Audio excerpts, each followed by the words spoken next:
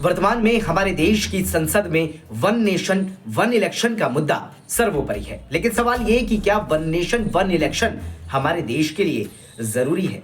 इस सवाल का जवाब आज हम आपको देने वाले हैं। लेकिन इससे पहले आप हमारी इस वीडियो को लाइक कर लीजिए, शेयर कर दीजिए, सब्सक्राइब कर दीजिए हमारे चैनल मोजो पत्रकार को, जिससे आपको और भी नोटिफिकेशन टाइम टू टाइम मिलती रहे। नमस्कार, स्वागत है आपका मोजो पत्रकार में। मैं हूं आपके साथ उद्देश्य। आपको बता दें कि अपने देश में इस समय भी ये मानने वाले बहुत कम होंगे कि आने वाले कुछ वर्षों में एक निश्चित अवधि के भीतर लोकसभा और सभी राज्यों के विधानसभा चुनाव कराए जा सकते हैं। इस दिशा में मोदी सरकार की प्रतिबद्धता और तत्परता उम्मीद जगाती है कि चुनावों का बिगड़ा हुआ क्रम अब पटरी पर आएगा।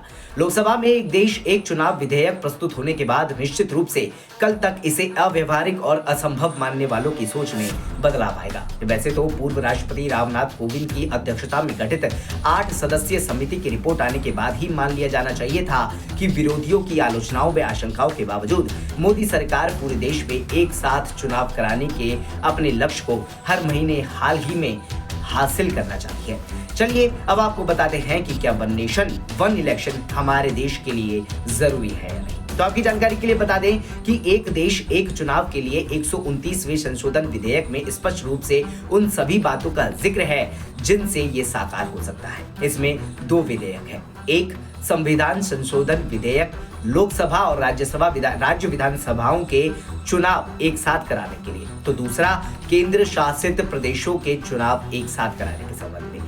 स्थानीय निकाय चुनावों पर फैसला फिलहाल टाल दिया गया है। इसी बीच ये सवाल उठाया जाता रहा है कि अगर बीच में किन्हीं कारणों से सरकार गिर जाती है तो आखिर क्या होगा। इसका उत्तर ये है कि लोकसभा या किसी राज्य की विधानसभा समय से पहले भंग होने पर बचे हुए कार्यकाल के लिए चुनाव कराए जाएंगे। कोविंद समिति ने ये रेखांकित किया था और ये सच भी है कि अरुणाचल प्रदेश, आंध्र प्रदेश, उड़ीसा और सिक्किम में विधानसभा व लोकसभा चुनाव एक साथ ही होते हैं।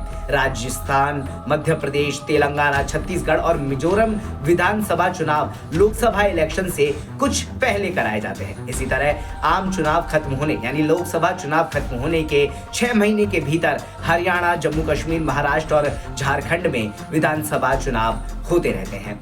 इसके बाद दिल्ली और बिहार का नंबर आता है। तो 15 राज्यों को उनकी विधानसभा का कार्यकाल थोड़ा आगे या पीछे करना पड़े तो इसमें कोई समस्या नहीं होगी। यानी इस तरीके से भी वन नेशन वन इलेक्शन का कोई नुकसान नहीं है या कोई विरोध करने वाला नहीं है। अब बात आती है अस्थिरता की।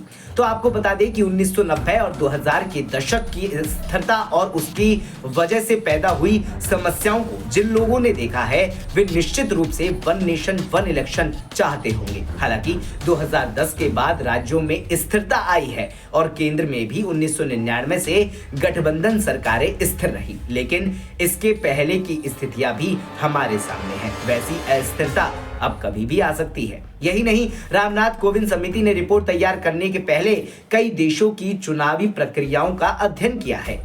दक्षिण अफ्रीका में नेशनल असेंबली और प्रोविंशियल लेजिस्लेचर के लिए एक साथ मतदान होता है। स्वीडन अनुपातिक चुनावी प्रणाली अपनाता है, यानी राजनीतिक दलों को उनके वोटों के आधार पर निर्वाचित विधानसभा में सीटें दी जाती है। इंडोनेशिया 2019 से एक साथ चुनाव करा रहा है। अगर इतने सारे देश एक साथ चुनाव करा सकते हैं तो आखिर हम क्यों नहीं। यानी सीधी सी बात यह है कि वन नेशन वन इलेक्शन हमारे देश के लिए जरूरी मुद्दा हो सकता है। खैर, आप वन नेशन वन इलेक्शन के बारे में क्या कहना चाहेंगे? अपने विचार हमारे कमेंट बॉक्स में जरूर दीजिएगा। बने रहिए मोजो पत्रकार के साथ। नमस्कार।